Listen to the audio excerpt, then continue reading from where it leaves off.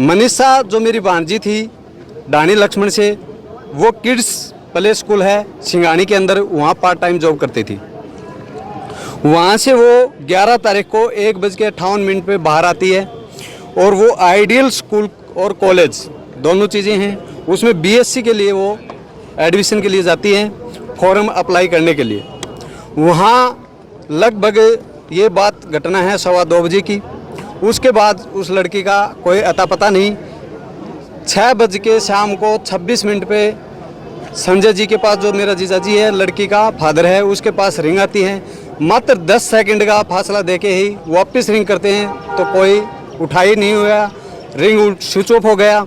उसके बाद जैसे ही संजय जी को पता चलता है कि बच्ची मुसीबत में है, वो बस पकड़ के लुहारू से सिंगानी आते हैं। लुहारू वो पार्ट टाइम जॉब करते हैं और वहाँ आने के बाद 112 पे कॉल करते हैं। 112 पे कॉल करते हैं। कॉल करने के बाद 112 आती है।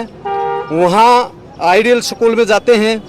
वहाँ जाने के बाद जब उनको बोला जाता है कि भैया आप सीसीटीवी दिखाओ, फुटेज दिखाओ, यहाँ लड़की आई है क्या, उन्होंने मना कर दिया, कोई लड़की आई नहीं है यहाँ और यहाँ स्टाफ भी नहीं है।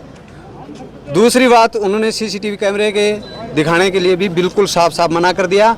और जो 112 में जो मुलाजिम थे, उन्होंने उनसे कॉलेज वालों से हाथ मिला के और बात करके वापस आ गए। संजय जी को वापस सिंगानी गांव में छोड़ दिया जाता है और 112 से जो मुलाजिम थे वो कहते हैं कि आप थाने जाओ लुहारू, वहाँ FIR कराओ। संजय जी वहाँ से आते हैं, FIR के लिए जाते हैं, FIR नहीं होती।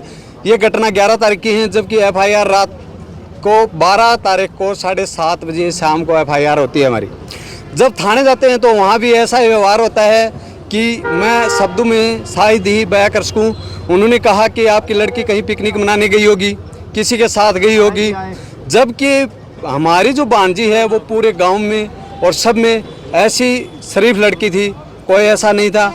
उसके बावजूद हमने वहाँ फ़ोन वगैरह करा के वो FIR लास्ट में लॉन्च करवाई। उसके बाद ASI शकुंतला जो कि आइडियल स्कूल में आती है, उसको भी वो स्कूल वाले मना कर देते हैं कि हम नहीं दिखाएंगे, आप जा सकते हो। 13 तारीख को प्रिंसिपल साहब आएंगे 11 बजे, उस टाइम हम आपको फुटेज दिखा देंगे। उसके बाद जितने भी फुटेज थे वहाँ कैमरे थे, उनसे सबसे छेड़छाड़ खाने की गई है। 12 तारीख की ये घटना घटने के बाद 13 को सुबह शकुंतला मैडम का ही फ़ोन आता है कि सिंगानी में एक डेड बॉडी मिली है। जब हम वहाँ जाके देखते हैं तो चेहरा जला हुआ था, कुछ भी नहीं था। ऐसी बुरी तरह से निंदनीय घटना थी और वहाँ डेड बॉडी की हमने शिनाख्त की।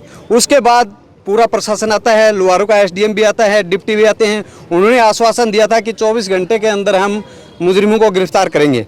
तो अभी तक कोई भी गिरफ्तारी नहीं हुई है, नहीं कोई, सिर्फ आश्वासन दिया जा रहा है। और पुलिस क्या कर रही है क्या नहीं, अभी तक हमें कुछ नहीं बताया गया। पुलिस प्रशासन कोऑपरेट नहीं कर रही। कोऑपरेट करती समय पर तो अगर समय पर पुलिस कोऑपरेट करती तो मैं दावे के साथ कहता हूँ मनीषा आज हमारे बीच में होती और उन दरिंदों को पकड़ा जाता।